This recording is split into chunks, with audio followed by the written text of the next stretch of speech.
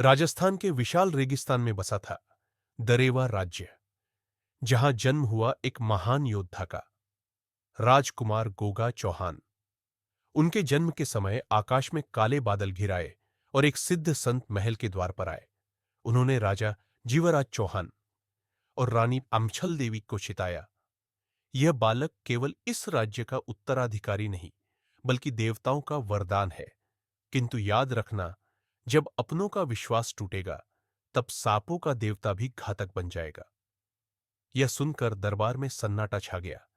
किसी को नहीं पता था कि यह भविष्यवाणी एक दिन ददरेवा के भाग्य को बदल देगी। समय बीतता गया। गोगाजी ने बचपन में ही अपनी असाधारण शक्तियों को पहचान लिया था।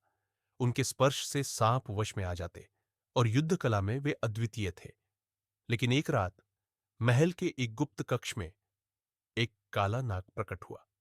गोगाजी जब वहां पहुंचे तो सांप ने फुफकारते हुए कहा, तुम केवल एक राजा नहीं, बल्कि नागों के स्वामी हो।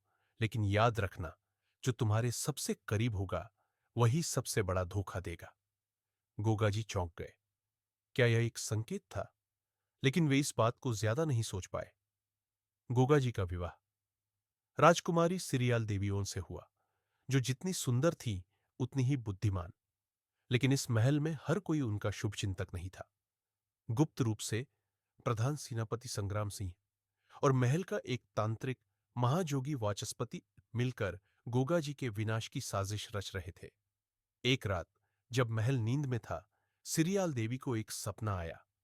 गोगाजी को सावधान करो, एक विश्वासघाती उनके भोजन में विष मिलाएगा, और जब वह कमजोर होंगे तब अंधेरे में घात लगेगी। हड़बड़ाकर महारानी उठी, लेकिन जैसे ही वे गोगाजी को सचेत करने दौड़ी, एक छाया उनके कक्ष में घुस आई और उनकी चीख पूरे महल में गूंज उठी।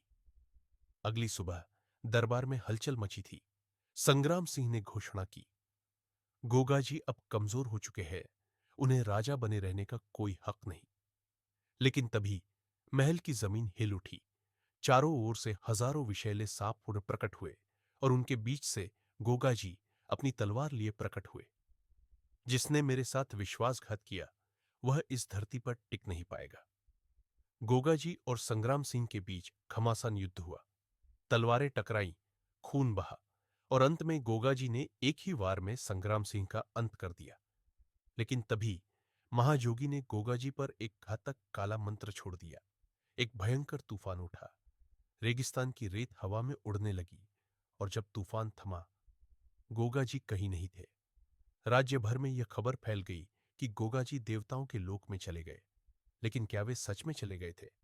कई लोगों का मानना है कि चिट्टा गोगाजी आज भी अपने घोड़े पर सवार होकर इस धरती की रक्षा कर रहे हैं।